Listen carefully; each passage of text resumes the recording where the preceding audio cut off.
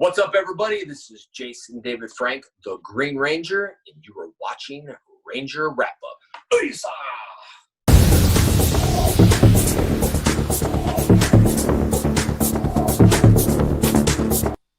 Welcome to the Ranger Wrap Up. We are live here at the Illuminerdi Studios. I am Joe Illuminerdi, joined by the BSG. Take it away. Holla at your boy, it's me, that's right, the BSG, Battlestar Galactica, a.k.a. Kurt Hustle, because I never stop. And we don't have a chat. We don't have the chat. We don't do have not a chat have the chat. So, for all of you guys in the chat, let us know where you are streaming us from today. We will shout you out once we're able to see it. But Daniel, my friend, how have you been? Jezer is not with us this week. Jezer is on call with the United States military. He is being deployed as we speak. I can't believe it. He's going to Germany right now because there's a crazy outbreak of COVID-19. And Jezer, for some odd reason, was given this third vaccination. And we're not going to get into the story of this, but he's out there saving lives. Which is a good thing. He's being a real-life Power Ranger. Yeah, they're going to shrink him down. He's going to go inside. They're going to shrink him down? Yeah. They're going to shrink him down. Even possible. More than... It's possible. He's going to go like Ant-Man and get into people's bodies. And even more like Ant-Man? He's going to be the quantum realm. He's fighting Corona, man. But we are here talking about Power Rangers live this week. Daniel, how's your week been? We always start with that question. Yeah, sometimes I wonder, do they even care about how our week's been? Do you guys even... We can just talk. Let's just get to Power Rangers. Yeah. Whatever. Look, I have no idea what's going on in the chat, but I'm going to pull it up on my phone. Just simply, I'm going to have to mute this. But keep talking, man. Oh, okay. I'm going to fill you guys in on my week. My week has been very, very fun. I pretty much created a theory concerning what's going on with the Eternals, Shang-Chi, and bringing up Galactus. And it's been a big thing. People are enjoying it.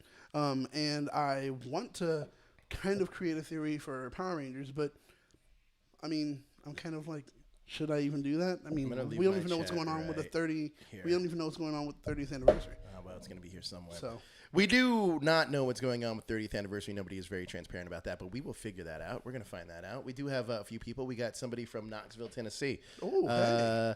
Who is that? Who's from Knoxville, Tennessee? We got Jared Hodges from Knoxville, Tennessee. Mariba is one of our great writers. He is joining us. Edward Sanchez, as always, so silky smooth.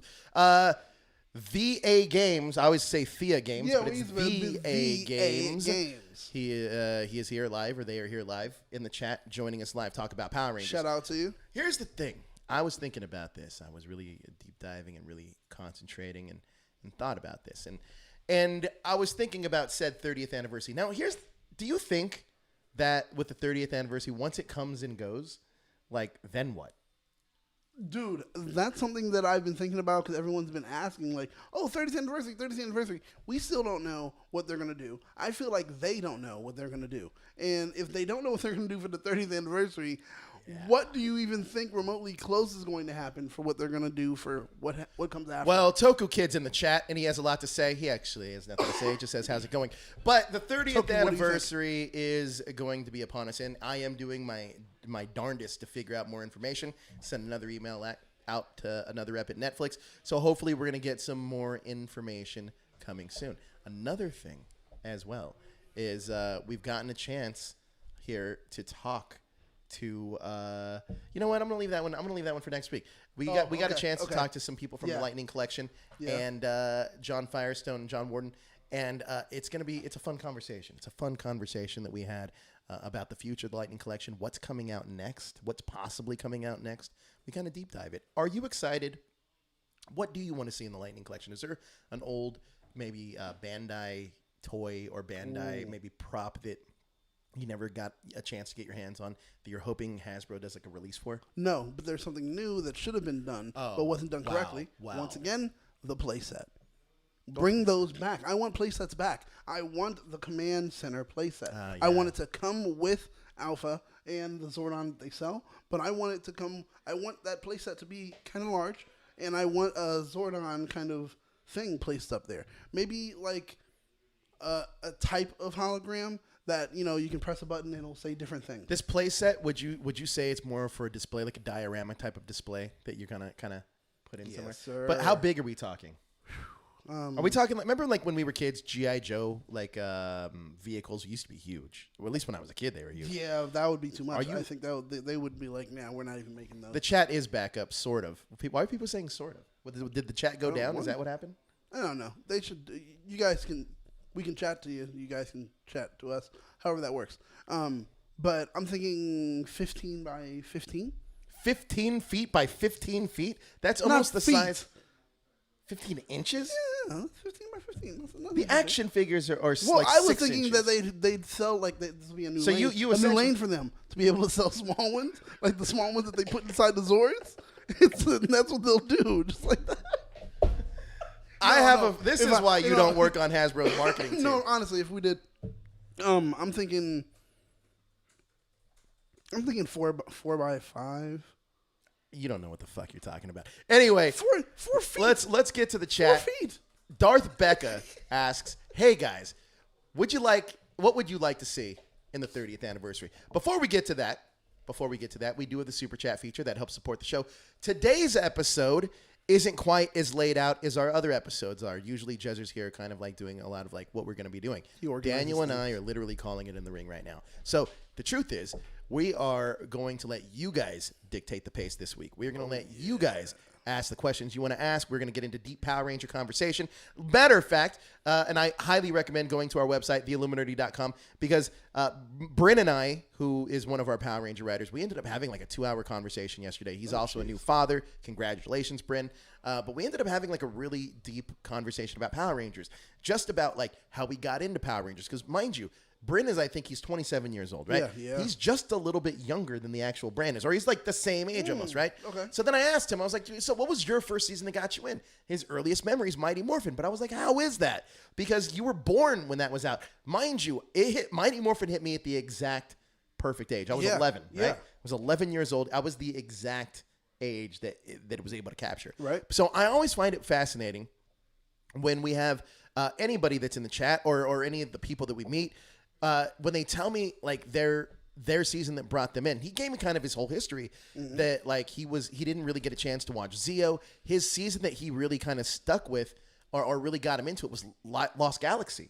And then he never kind of jumped off the board. Whereas me, I was started with Mighty Morphin. I was there all the way up until Lightspeed Rescue, and in college I remember a little bit of Time Force. But then I dropped off. I didn't come back. I mean, I remember watching a little bit of Ninja Storm as it was coming on before I would get ready to work. But then, like, there was that announcement JDF was coming back. I randomly saw Forever Red on YouTube, I think. Right. And I was hooked. Once we got Dino Thunder SPD, I followed along with. I did not watch Mystic Force as it was airing live. And I dropped off probably from after SPD all the way until, like, Samurai, I think. Maybe I saw like a little bit of Samurai, and then I saw Megaforce, and then so on and so forth. But it always fascinates me when people start and then jump off and then jump on, because I will say for the most part, a lot of the fans that we have here, a lot of the people that are watching this, Toku Kid, Larry, Mariba, all of you guys, most of all you guys, Edward, I think that... Corey, why aren't you watching? I think that you guys... never really jumped off. So I'm really curious to see where people's stopping point with Power Rangers was. Okay. Because ironically enough, I mean, Retro Ranger Wrap Up is changing, and it's going to be coming back in 2022 stronger than ever, stronger than before.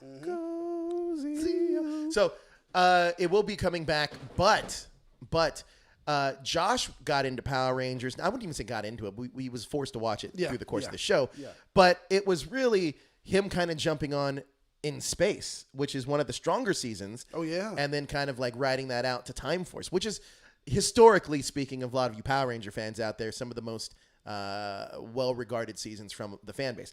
For you, personally, what was your drop-off point and what was your jumping back on point? I was in Turbo. I was watching Turbo. I think I was watching a little bit of Zeo, but that's when I fell off.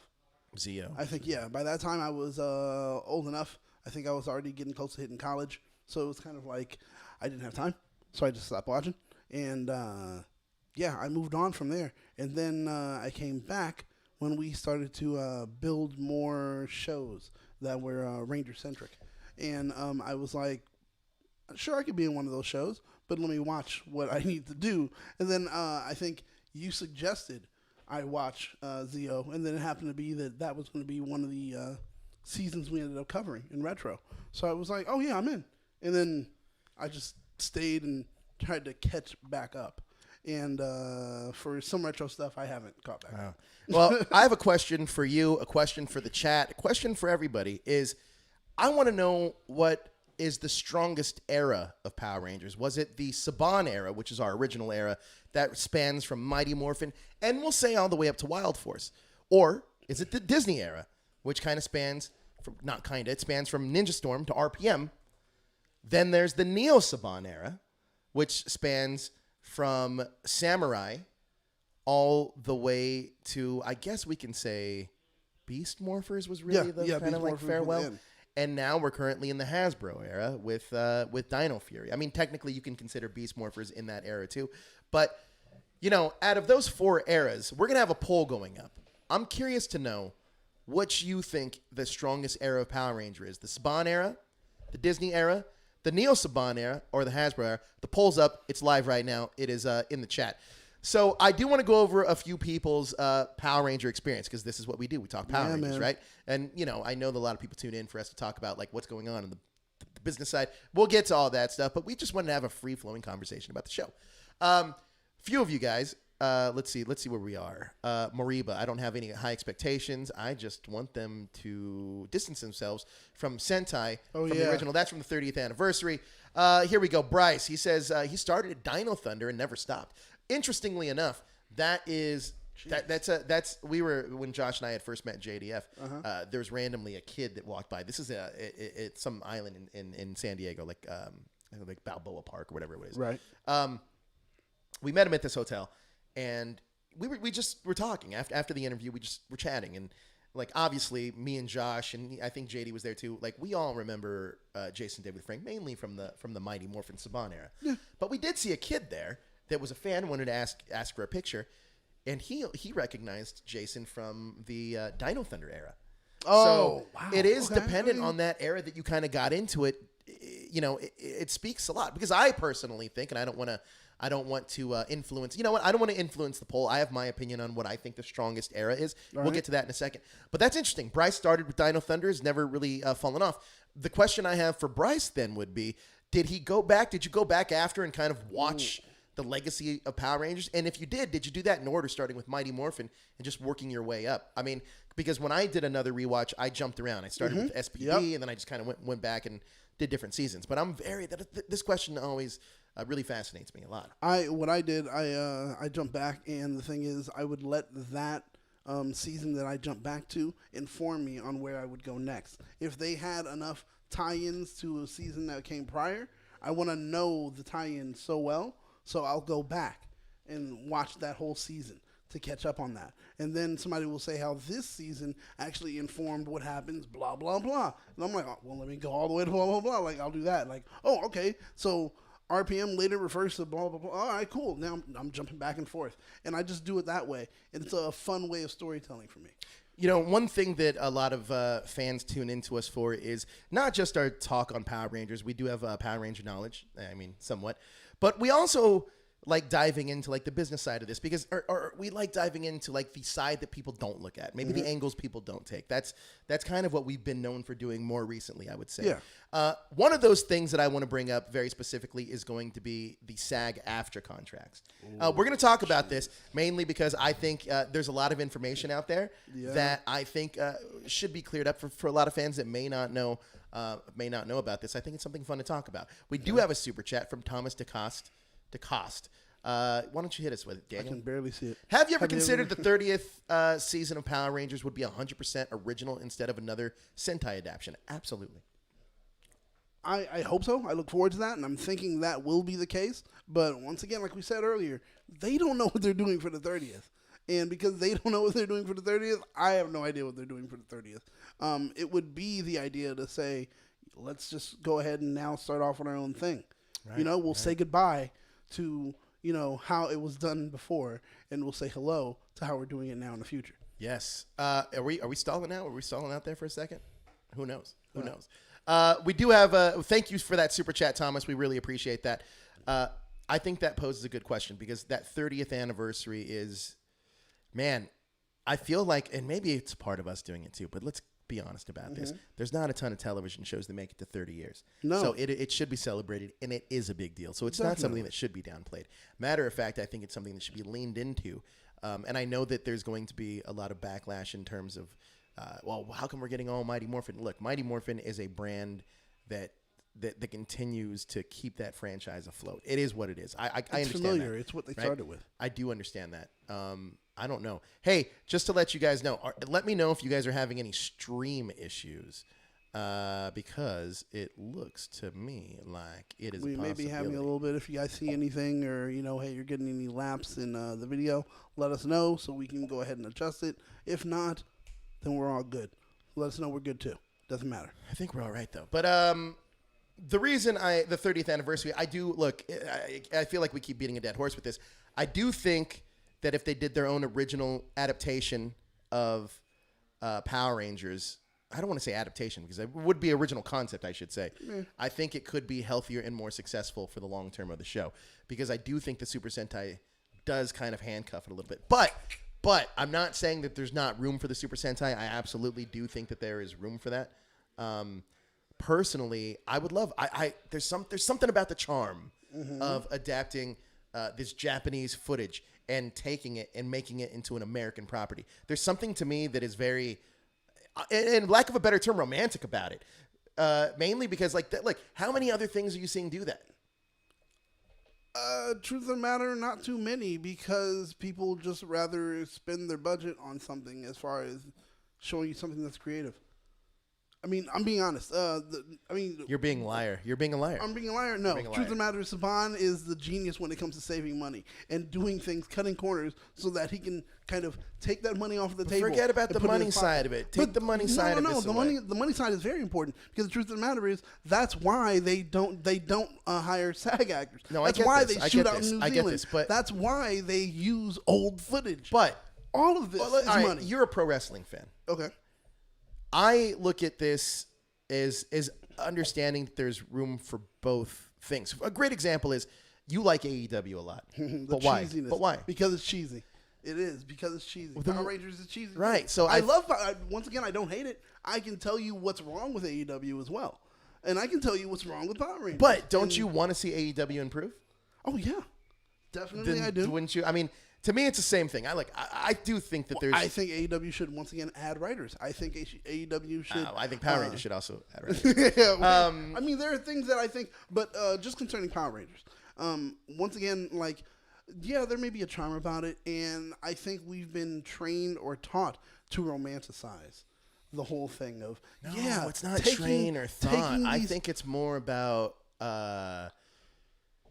I don't even want to say tradition, but because I don't think it's necessarily even that. I do think it's more of doing this kind of style. Like it's literally taking something from the East and bringing it to the West. We don't really have, outside of anime, that's not really happening, right? And I guess K-pop music, but or any of J-pop music, whatever it may be. Yeah.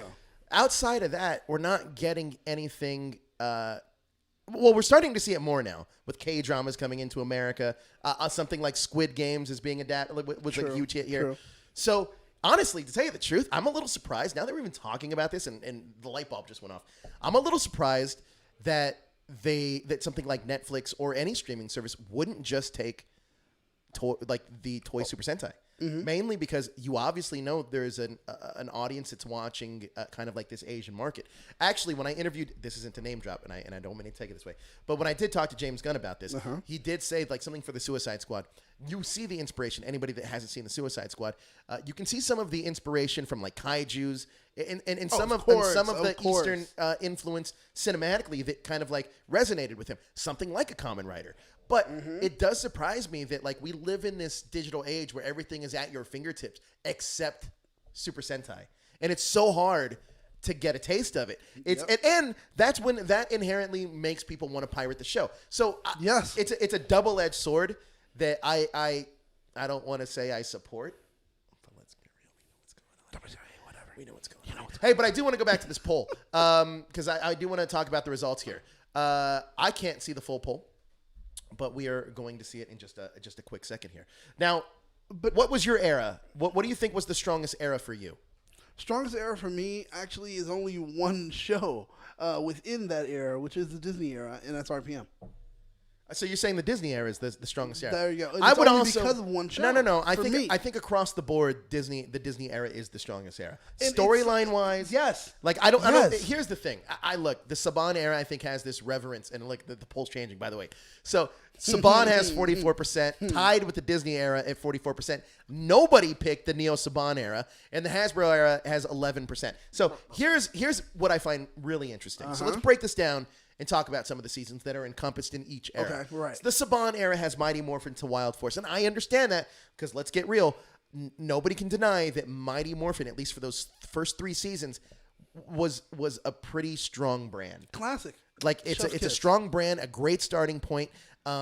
They actually faced, believe it or not, I want to say that these kids in Mighty Morphin probably faced more adversity than any of the more current casts have in any of their shows. Well, with the exception of maybe Beast Morphin. Well, exactly. It's just like Toku Chris was saying. It's exactly like you're like, I remember when I was growing up, Power Rangers actually did these things. Now my kids are like, I don't know what's going on in the world. I don't like my life is more harder than this. So in the Disney era, and I agree, I do think the Disney era had the strongest era for a couple of reasons. One, and maybe it's just me, go back and kind of watch. If you do go back and watch Power Rangers, and you are going to put yourself through this marathon, we'll call it, I think it's fascinating because you start seeing the franchise evolve, especially when you get to the Disney era. From Ninja Storm, the writing is wittier, the characters are deeper, they're more fleshed out. This is also a time, kicking it off right with Ninja Storm. They had a group of evil Rangers, which were the Thunder Rangers. That's right. Then you had the regular, regular Ninja Rangers. But like that season, I thought set the precedent for what Disney wanted to do with it, even though it was some of the same creative teams. That's when the show first went to New Zealand. It had a new aesthetic, a new look. Right. New people directing it. But then we get to Dino Thunder, which I think for being a high school aged Power Ranger show, it is so much more modern. I would even more so say the students especially are more modern and feel like students opposed to some of the high school shows. Like honestly, and I love the cast, but Ninja Steel. Ninja Steel did not feel like an organic group of kids in high school.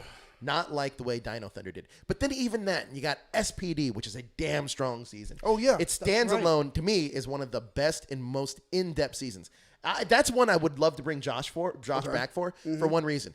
Is because that one is written by some of these one-and-done executive producers or showrunners like Greg Aronowitz, who's went on to do, The Preacher and stuff like that. Amazing, fantastic job. Yeah, these man. One-and-done seasons have some of the best coherent storytelling. But then maybe I got to give it another try. It's Mystic Force, which is a completely different tone, but I think the characters are still pretty strong. They give you this great backstory about this great war that happened. Honestly, I think in terms of backstory, Mystic Force is doing a better job of fleshing out the mythology of the backstory better than Dino Fury is currently doing. Question about one and done producers or showrunners.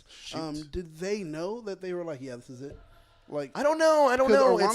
Greg Aronowitz. When I did the interview, he was like, I think he knew. He said by month 2 when they were really starting to shoot, and they were just. He was like, no one said anything to me in a way that was like, all right, man, for next season we're gonna. He said no one ever had those conversations, and he said he figured out. He was like, oh, so I'm done. This is it. So you know what? He was like, I'm going to do what I want to do. This is a great comment we have from the Platinum Ranger. He says, SPD made a talking alien dog look serious and not goofy, which is hard to pull off. Props to them. I couldn't agree more. I definitely agree with you. SPD stands ahead. To me, the one thing I love about that show, too, the chemistry of those Rangers. I think that really showed you that they don't have to get along to do the job. No. They just have to respect each other while doing it. And I also like the fact that their Red Ranger, Jack, chooses not to remain a Ranger. He's like, you know what? This isn't for me. Like, I'm going to kind of go back and do my thing. I think the storytelling in that season is a lot deeper than most seasons. But, we talk a little bit about Mystic Force. I think they build a great mythology there. I want to go back and watch Operation Overdrive because I don't think I gave it a fair assessment. But from what I do remember of it, it wasn't the one that I jived with the most. But it does have, I think personally, the greatest team-up of all time. And here's the reason why I think it's the greatest team-up of all time. It's not forced. It's all organic. Every team up that they did back then in that era, it all seemed very organic to me. And nothing ever seemed forced to me. One thing that's definitely organic, never seems forced, is super chats, and I happen to see one, and I'm thinking you could read it off. Yeah, But you can't read it. Nope. Frank, I can't even read that. that. Pimentel? Pimentel, yes. Pimentel. I can't read it either. Maybe How's the? maybe my vision is going. How's the Disney? How's that Disney who hated Power Rangers did very well, while Nickelodeon didn't care much about it for the most part. So, I mean, we can break that down. I think there's a misconception of that Disney didn't care. Disney did care about Power Rangers for one specific reason: to test a boys brand. To test a boys brand. Mainly, if you look at the infrastructure that Disney had at the time, and this is crazy to think about, or back in the very early 2000s. Yeah. Disney wasn't known for boys brands. Not at all. Boys properties. Now, it's fair to say they own the market in male-dominated kids brands. You think about that. This is before Star Wars. This is before Marvel. Their brand for boys brands and to branch out was a test run, and they used Power Rangers to test run it. They realized, you know what, this is a cheap show to make, and they can keep getting viewers. And the views weren't terrible on Power Rangers. It was a test market to see how well other boys brands would perform at Disney. Yeah. I don't know if anybody really even knows about this. I'm sure a lot of fans do know about this, but in that era of Power Rangers specifically, they would have some of the Ranger suit actors walk around the park and do like different things at Disney World. So there's photos of this like floating around the internet. You can find them. But yes. Also, was the Disney era the most promoted era of Power Rangers? No, the Saban era was definitely the most promoted. Wow, that's interesting. Then. The original Saban era. The thing is, it's like, what I really want to know, what did they take away from what they learned having Power Rangers? Because I mean, like, okay, if it wasn't marketing, I think what they learned is what did they learn? I think that they learned that they can make boy brands successful. Like, how did you know that? Because from what we saw, what you did with Power Rangers. Well, they had they had the greatest era in Power Ranger history. So that's very true. But only people that know that are people that were already fans. Or people. I don't think that they were necessarily looking to grow the brand out to be like this giant mega brand. I think they were literally putting chum in the water just to see if people would associate Disney with a boys brand. And I think then after that, you saw the effect of them buying Star Wars, or they might have bought Marvel first, but one of the two. Yeah. And then, they bought Star Wars first. Yeah, so it's like $4 billion, which they've made more. They made that money back in like one or two movies, which is crazy to me. But it obviously worked. The one thing that they couldn't get off the brand like super successfully was Power Rangers, but they didn't put a lot of effort into it. They just produced a TV show that continued to get views to hold on to a franchise and make toys. At the end of the day, that's why people have the misconception that Disney hated. Right. So back to these other eras, the Neil Saban era, which got 0%, and maybe rightfully so. But I think that, I mean, honestly, the strongest season of the whole Neil Saban era is Dino Charge Season 1. Dino Charge Season 1 is a decent season. I think what happened, though, the execution going into Season 2 really hurt it. Samurai, I think, is a weaker season. And unfortunately, I love the cast of Megaforce, and Megaforce on paper should have been the best season ever. It makes on sense. Paper. It makes complete sense. On paper, it should have been the best season ever. And then even in theory, it should have been the best season ever. Dude, it's an anniversary series season without being. I do think I can't blame any of the actors because in all honesty, I don't blame any of the Power Ranger actors ever really because I know for a fact how quick that show shot, and I know how it's a lot of people make a thing about these K-pop factories, but Power Rangers is very much the same thing. Power Rangers is literally it was the precedent for it. Exactly. So a lot of these actors they're hot when they're on the show and then it fizzles out. But the thing is, they do a very good job of turning that cast around, and that's all credited to that original cast, like JDF and those actors that stayed behind, and credit to those casts that left and took a stand and left. Yeah. So depending on which way you want to look at that, it changed the game up. But then, like I said, the Neil Saban era for the most part is kind of forgettable.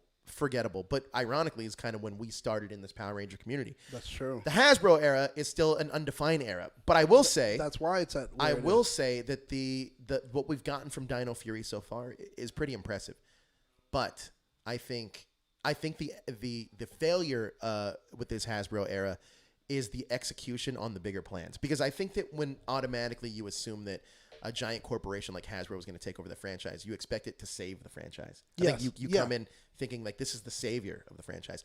And granted, the Lightning Collection is super cool. I can't take anything away from that. Matter of fact, it's exactly what I've always wanted is a Lightning Collection. But there's a lot of missed opportunities, and maybe that's on us as fans. The expectation becomes so high at a point where we're putting on this pressure on the brand to have, this mega 30th anniversary show that may not happen. This is the problem, though. You can't really blame. Can you scroll the fans. up so I can see the rest of the chat, please? You can't really blame the fans because when you think about it, this is 30 years. Oh, that's touchscreen? 30 years of anticipation, 30 years of liking something, 30 years of being involved in it. So within that time, you have the right to say, I want better. I want more. I want this. I want You better. I want more. I want it all. You deserve. You should be able to say that because you spent 30 years. One thing that I do find interesting about Power Rangers, and this is such a hot topic issue, is unionizing. Because a show like Power Rangers, Nuclear heat. This is interesting. This is really interesting because a lot of folks don't know about the entertainment side of this. And I know Josh is producing it for Jezzy here today. I actually think this is more of a conversation that he would find a lot more fascinating because he's actually been on a show that's flipped. Now, a lot of people may not know what that term means. So sometimes when you start a non-union show, you're not paying union wages. The shows are considered low budget for the most part. Power Rangers has always been considered a low budget show. Yes. But sometimes shows get successful, get popular, get on network, whatever it may be, and they flip. What that term means is that they go union. That means that everything at that point is done under union contracts, whether it be from your lighting, your gaffing, your most of your below the liners, but more importantly, your actors, SAG actors. Yes. You have to pay SAG minimums. Are you texting me? Is that what's going on here? No. Okay. But the reason I'm talking about this is because most of you guys already know this. That was a big cause for the three original actors, Austin, Twee, and Walter, to walk away from the show. Granted, I completely understand that because now being an adult, I've experienced burnout. And if you're not getting compensated for that burnout, it doesn't make it worth it. And there's a lot of shadiness that's went on since or talked about. And I think there's a lot of honestly, there's a lot of misconception out there on how things broke down. Because at the end of the day, when you're making a show and you're putting so much work into it, and let's be honest, when you're really creating a legacy, because what's happened is those folks walked away from that show after season 1. And here we are talking about said show 30 years later. That show is impactful, and they should be compensated. So I agree with that. But here's the problem. Do you think royalty ways? 100%. Like, especially, I wouldn't. If a show does I wouldn't have flip. said that. I wouldn't have said that.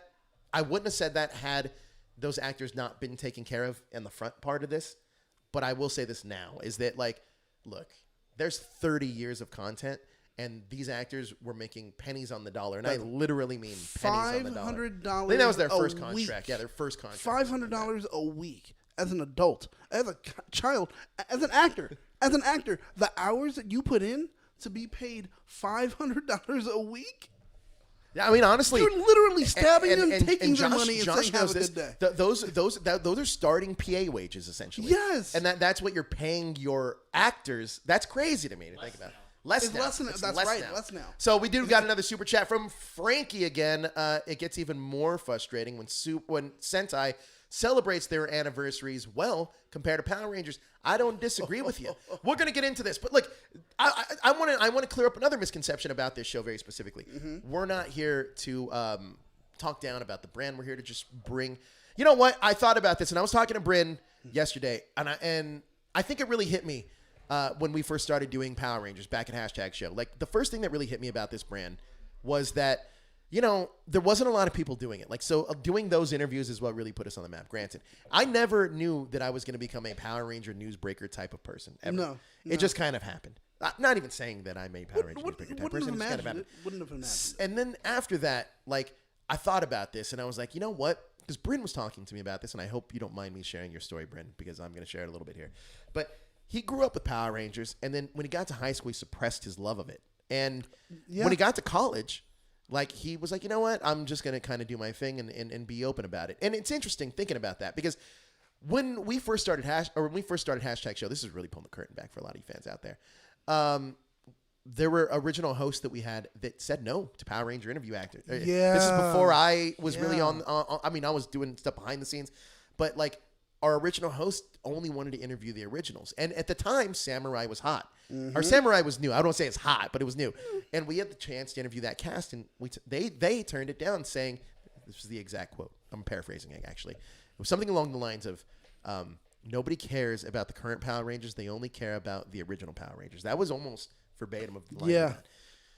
The next year comes around, and JD convinces us to go to Power Morphicon. We end up doing the coverage. To make a long story short, I thought about this a lot over the last couple of weeks, and I thought, you know what? Like, I think it was really our goal to make Power Rangers cool again, or cooler than it was. And I don't want to say it was just us that did it. There's a lot of great, talented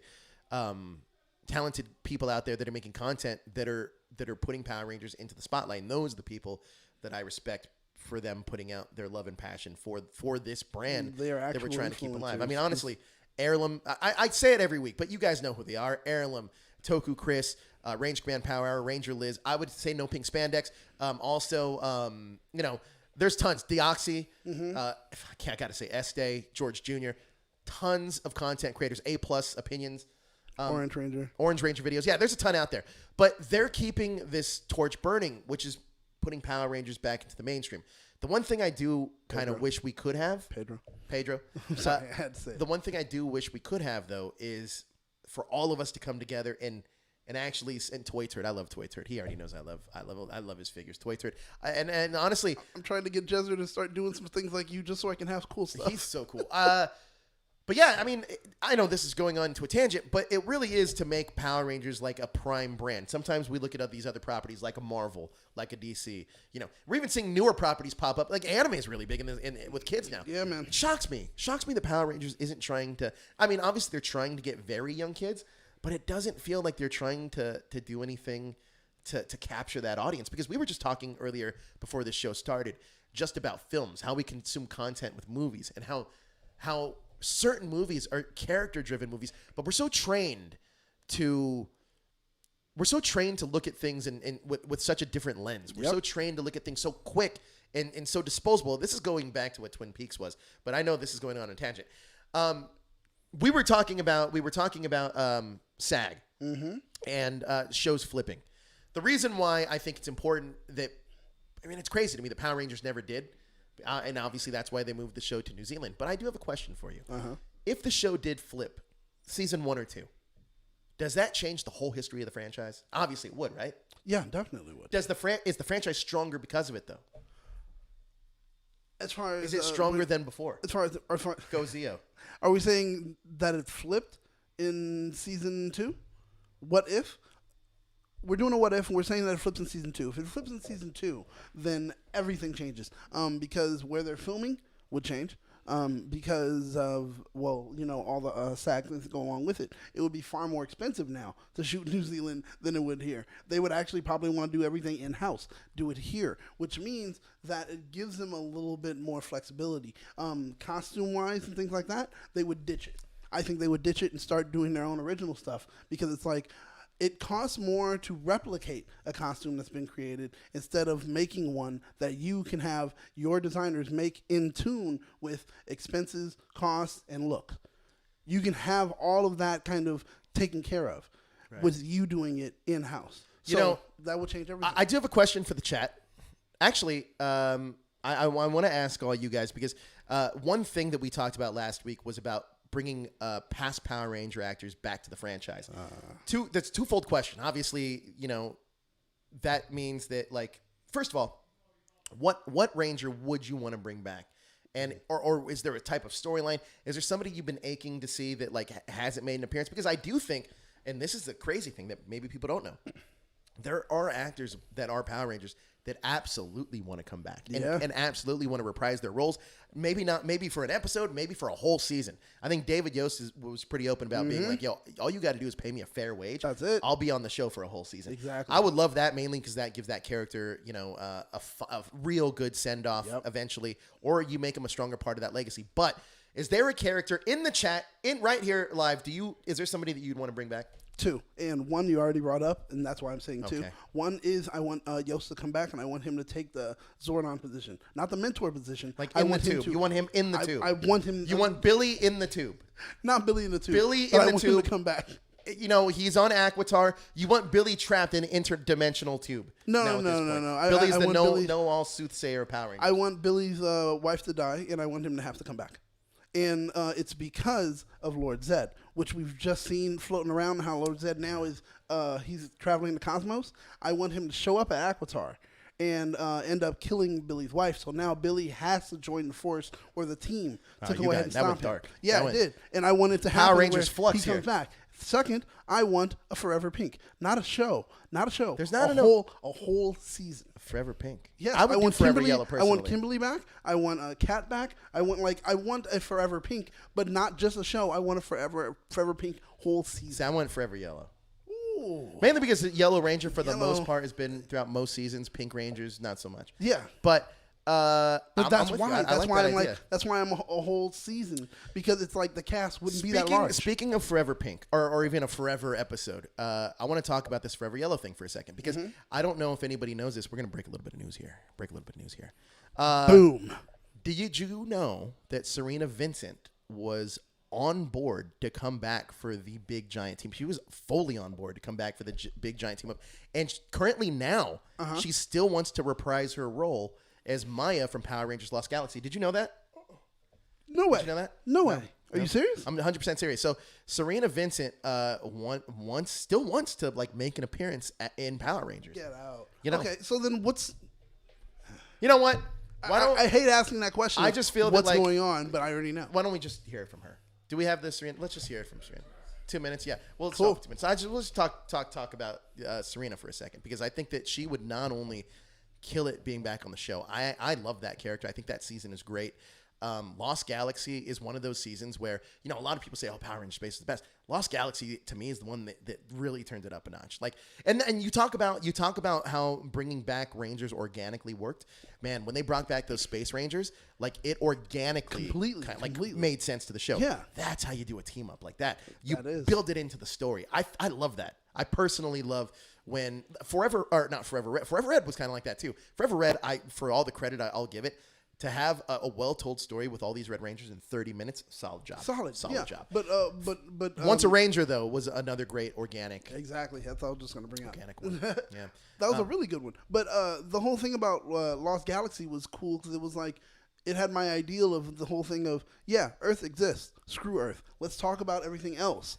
And it was like, because there's so much more out there. Why do we have to be the America of planets? Where it's just like, we're the only ones that exist and we're all that matters. And then they were like, no, Lost Galaxy is here to tell you that you're not like the center of the universe. Hey, there's so much more. Trent Deno says, newsflash, violet and amber are this year's fashion colors. Ooh. Yes, they are. Ooh. Yes, they are. Now, Maya from Lost remember Galaxy that. was actually on the Disney Channel show. She was on the Disney Channel show, Stuck in the Middle, as the mother. Love but that she show. does I want love that she show. does want to reprise her role as Maya on Power Rangers, and she would love to come back. Honestly, if they ever did do Q Ranger as an adaptation of Power Rangers, they damn sure better go to Miranoi and meet Maya. And Maya should be like the leader of their tribe now. But you know what? Yeah. It's enough about hearing me talk about it. Why don't we hear Serena talk about it? I am with Serena Vincent at the Saturn Awards. How are you? I'm so good. How are you? I'm doing well. So first of all, you got a film coming out called The Next Big Hit. Can you talk to me a little bit about that? The next big hit. Back to us. We are going to play it in just 1 second there. We had a sizing issue. We do have a comment from Platinum Ranger. I would love for someone like Merrick to appear and mentor the whole team. If they do like Zoojer adaptation and in the finale, he can morph and help the Rangers. He absolutely can. I do like that. That's actually not a bad idea. I mean, but that's an idea that a lot of people have been saying. Like, they want someone to come back and not have to, like, really kind of run the show. And then, of course, in the end, I have to show up and I have to morph and, you know, do something because that's what the fans want to see. You know but what my makes expertise works. You know what makes Power Rangers, I think, or you know, something like The Flash so successful is that it's had the same cast for like the last 8 years. Yeah. Power Rangers was successful when it had the cast for the same first 4 or 5 years. 4 years. Yeah, I mean, so it was 4 or 5 years. It was like a transitional thing all the way up until that point. But let's see what Serena has to say. I am with Serena Vincent at the Saturn Awards. How are you? I'm so good. How are you? I'm doing well. So first of all, you got a film coming out called The Next Big Hit. Can you talk to me a little bit about that? The next big hit. The whole time. Now we're on. I was just kidding. We don't know where that video's at. We don't. Look, we may have to just send you guys like a video. Or it may just have to come out on its own. Anyway, Serena Vincent does talk about wanting to come back to the show. She's still which makes sense because the thing is, once again, she's a character that's memorable. Because when you do say it, people are like, oh, really? She does? And then once again, it goes to that point of, well, why not? And then Yeah, she actually speaks pretty openly and candid about this. That the only reason she didn't come back was because she's a SAG actress. Yep. And she was actually I'm gonna have her. Well, she'll tell you the story, but she was actually going to come back and actually break, not do the SAG thing, and then she got pressure, too much pressure. Yo, that's like a no-go. I know, that's why she didn't do it. Because if you do that, that's jeopardy to your career. Because people will be like, oh, wow, you're a scap. There's no way, we don't want to work with you at all. Even if you're like, but I still pay my SAG wages. They're like, yeah, we don't care. And it's like, that's also a big thing. It's like, it's a club. It's very exclusive. And you have to make enough to be in it. But the thing is, sometimes it's hard to make enough to be in it. And then but the great thing is you kind of get almost guaranteed work. I mean, it's not nothing's guaranteed, especially as being an actor. But you will, they kind of work in a way almost like an agency. If you don't have an agent, they're like, oh yeah, well we have this for you. We have this lined up. It may not be what you want. Right. It may not be what's best for you, but it's something.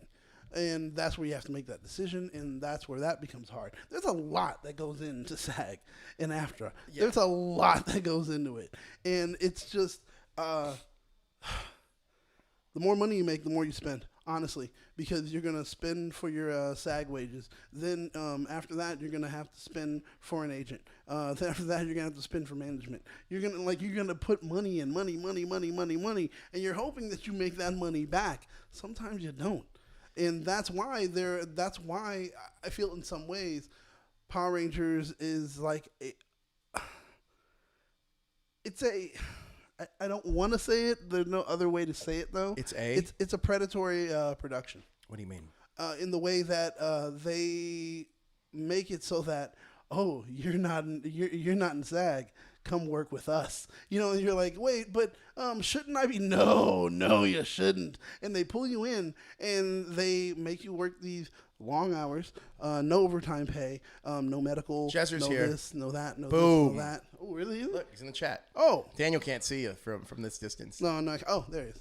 He's in the chat. But so there's, in that way, God, I love Power Rangers, but it is a predatory production. Power Rangers is gonna last for 50 years, I think. Definitely. It can last a long time if done correctly. If Power Rangers gets enough eyes on it, it will flip. I can guarantee you that much. If they get enough eyes on it and the right eyes on it, it would flip. It's not about a show that needs to flip. It's about whether or not they conceivably want to, because at the end of the day, look, there's a lot. I understand the business side of it too. It's cheaper to make a show in New Zealand and not pay these SAG wages, and you can keep turning them out. Yeah. Obviously, they have for the last 30 years. Matter of fact, not a lot's changed the way the show's produced. The profit versus what you spend is great. It's great. And that's why I understand why they do it that way. That's one side of the business. But the other side is as far as getting a production that is something fans will stick with and once again grow with. Yeah. Not just age out. Well, look, we don't have that clip for you, but we are going to have to release it maybe later next week. Yeah. You know what? If we have it now, let's see if it works. Let's see if Serena. Try again, see if it works. I am with Serena Vincent at the Saturn Awards. How are you? I'm so good. How are you? I'm doing well. So first of all, you got a film coming out called The Next Big Hit. Can you talk to me a little bit about that? The Next Big Hit, it's still in the early stages. They're still in pre-production. It's a musical comedy, and I can sing and I can dance, and I've never done a musical comedy, so it's one of those things that I'm super excited about, but I'm not sure when it's happening. Now, you're a legend when it comes to the world of Power Rangers and sci-fi, but I want to talk about Power Rangers specifically because now that it's under the Hasbro banner, there's a lot of focus on it, like the Lightning Collection figures. Are you excited to be getting your Lightning Collection? Yo. So, but that's the thing I'm saying. Like, as far as the aging out, I didn't realize it, but Brenda's an example. You're an example. I'm an example. Aging out, it happens. And then later you'll go back because you'll have this moment of nostalgia, and then you may stumble upon it and still like it again. But that idea of aging out is dangerous when it comes to television or something like that, because then if they age out and they have no one to pass it down to, well, now you just lost it. Sure. You just lost that number. And you have to continue on hoping that you'll be able to capture other people, but knowing that within a particular amount of time, they're also going to age out. And that's where the numbers start to dwindle, and that's where it becomes a worry. And if they were able to produce it in a way that would keep people in and let them grow, you don't have an age-out problem. Mariba says, if there was a Zoodra adaptation for 30th anniversary season, at least we won't get another Gold or Silver Ranger. I'm not burnt out on colors. Like, I think that's the one thing that, like, I'm not super... Honestly, I'm more so concerned about how characters are handled. Yes. Like, sometimes we get these... That's a difference in how we consume. It is. Like, I am very much concerned. Like, they're different. Look, fans. you got to think, too. Like, this has been an ongoing thing. It's not like it's shocked anybody. I don't like Zords. I don't really give a shit about them. Exactly. It's not really my thing. Power Rangers is so formulaic, mainly. Like, I can literally break down an episode, and for the most part, like 80% of the episodes are going to go in that same exact structure. Oh yeah. But I think that's the thing, right? It's so repetitive that even as kids watching it, I had Mia try to watch Power Rangers. She got all the way up to Zeo, stopped watching it. You know why? It was the same thing over and over again. It really is. Like, you have to really be enamored with. You have to really be in to be in. But I will say that, especially on those early seasons too, those early seasons have stronger stories. But when you get to Disney era, I think the stories are by far better. And then when you get back to the Neo Saban era, it is more of the same thing. Like, you take that Samurai season, it's a copy and paste. Like, regardless, there's like different kinds of motifs and things that go on, but it's the same thing. And that's, once again, that's the whole thing about, still, like I said, aging out. It becomes your attention span for seeing the same exact thing. After a while, you're just like, oh, well, I know what's going to happen. I don't care anymore. I need to be surprised. I need to be shocked. I need to get more from it. And if I'm not, then I'm just going to walk away. I don't need to be here and waste my time. Just walk away. Just walk away. I'm just saying. Look, guys, we've been doing this show for a long time. We got somebody, if they move Power Rangers back to LA, everybody who work on the show from Ninja Storm to now would lose their jobs. True, but everybody that worked on the show from Mighty Morphin to Wild Force lost their jobs. So, I mean, no matter any way you slice it or dice it, it's not going to work out for somebody. Yeah. But I will say, I think moving the production, I don't know if it's back to LA, but it would make more sense because I feel like, well, Florida's not really a place that has the best climate to shoot in. Exactly. But it's cheaper. It is cheaper. But Los Angeles, if moving it back here, most of the Power Ranger actors, with the exception of the ones that live in New Zealand, most of them live here. You know what I mean? So That's true. Or they're moving here. Oh yeah. So to do team ups and stuff like that, it makes it a lot easier. But the thing that I'm not concerned with, but the thing that I'm curious about is, like, regardless of the show, forget about the show. How come some of their digital content, like Power Rangers has their own YouTube channel, how come some of their digital content isn't more geared towards a more adult fan base? Because let's be honest about one thing. Watching some of those older seasons, they look older. Like, there's no mistaking that Mighty Morphin Power Rangers looks like it's from the 90s. Yes. Like, no mistaking that. Right.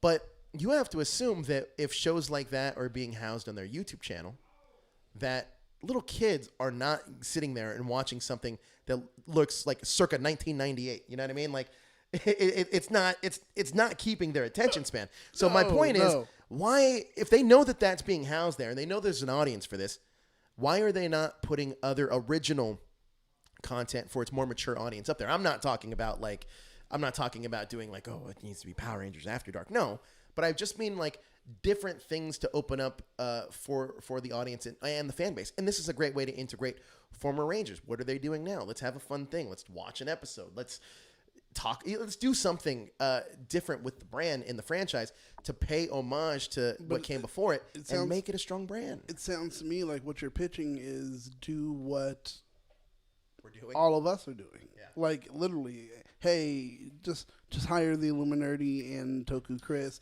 and Este and all the names we mentioned. Well, before. you know what? I will say this. Come 2022, this show is gonna have a whole new look and a whole new feel and a whole. I think we're gonna do a Power Rangers show that's gonna be for the fans, by the fans, and I still want to talk about this Power Rangers Summit because it is going to happen. That needs to happen. I've already been talking to a handful of people. The way that I kind of want to structure this is like having like a meeting. Like so, here you guys don't know this. I have meetings every Saturday. Yes, we should do these shoots. We do these meetings. One of the things, the way I kind of want to break it down, I want to break it down in terms of what people want from like different. I don't want to say panels, but different people in the summits. I want a toy one with action figure Lightning Collection Hasbro. Okay. I want a TV one where it's all those people. I want a movie one. And I want Rangers on one, just like what they want to see with the franchise. I like that. So this way, I feel that, like, look, at the end of the day, this is a franchise that, for the most part, I want to say, I honestly don't think that they listen to their fans. But I think this is a great way in order for you fans, for all of us in the community to really get heard, but not just to be heard, but to listen to other people's ideas and maybe come together and look at this as like you know what, we all want what's best for the franchise. We may have different ways of getting there, but maybe we can come to some consensus that can make a better product. Honestly, what we're doing is Hasbro's job for them. We're literally doing a focus group with the Power Ranger influencers from around the world and talking about stuff we like, stuff we don't like, stuff we want to see, stuff we don't want to see, figures we want, figures we don't want, movies we want, things we want in the movie, things we don't want in the movie, even in the comics. Like, I think now us as fans, if we put it on the table, like, these are the things that we conceivably want. Hopefully we get them. And hopefully we get listened to. That's all. That's the whole idea, and that's the whole point, and that's the whole purpose of the summit. And I think you're right. We are doing Hasbro's work for them, but we're doing a far more in-depth focus group than what they would actually have set up. So, I mean, Hasbro, just kind of pay attention, keep your eyes out, because this summit is going to be something that you're going to need. And fear not, Retro Ranger Wrap-Up is coming back. It's coming back completely differently. It's stronger than before. Go Zio.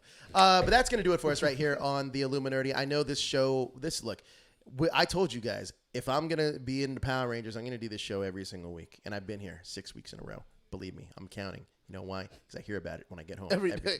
Actually, no, it's been pretty cool this week. But I'm dedicated to this fan base. I'm dedicated to you guys. I'm dedicated to making this fan base and this franchise healthier and better. I want Power Rangers to be talked about the way that people talk about Marvel, the way that people talk about DC. You talk about Iron Man, I talk about Jason. You talk about Captain America, I talk about Tommy. I think that Power Rangers has the history and lineage to be a pop culture phenomenon again. We're here to make Power Rangers great again. And you're here with us for the ride. But anyway, that's going to do it for us at the Illuminerdi. Thank you so much for joining us. We apologize for that Serena Vincent video, but I promise you one thing. It will be going up on the channel. And you guys, one thing that I've noticed a lot of you guys have wanted, and we're going to bring them back, you want more Power Ranger interviews. Like I said, we're going to be doing a lot of things new and different here. And we're going to be giving you guys what you want to see.